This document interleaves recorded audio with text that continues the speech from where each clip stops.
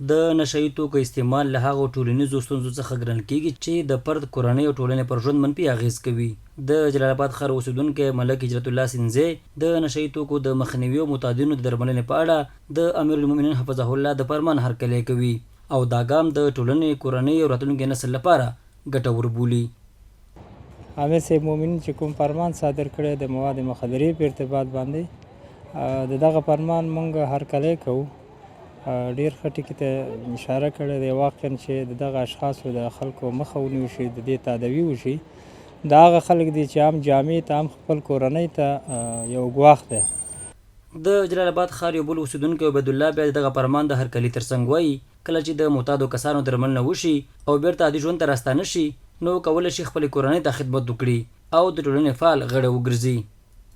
د دې په خاطر باندې چې د دې درملنه وشي، د دې د کور یو غړی به فعال شي او د دې کورنۍ هغه محتاجي به د منځه لاړه شي.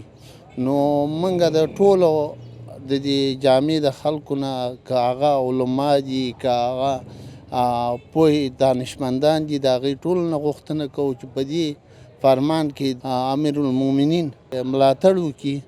بل ورته روغتیاپال ډاکټر ذبیح الله شینواری وایي د نشهیي توکو استعمال نه یوازې د انسان پر روغتیا ناوړه اغېزه لري، بلکې د کورنۍ او ټولنې پر اقتصادي او ټولنیز وضعیت هم منفي اغېز کوي. بدني او روغتیایي تاوانونه لري، بل دا چې مالی او اقتصادي تاوانونه هم لري څنګ کې، او بل اسلام او شریعت موږ ته اجازه نه ده راکړې چې موږ د شیانو استفاده وکړو. که روغتیایي تاوان تیره شو نو خصوصا دغه تنباکو یا نور نسوار یا سیګرټ یا نور چرس وسره وغیره اوپیډ چې دي، خصوصا د سږو سرطان چې پیدا کیږي معمولا د سیګرټ څکول نه پیدا کیږي، همداسې د خولې سرطانونه، د ژبې او د شونډو سرطانونه د نسوارو د استعمال نه پیدا کیږي.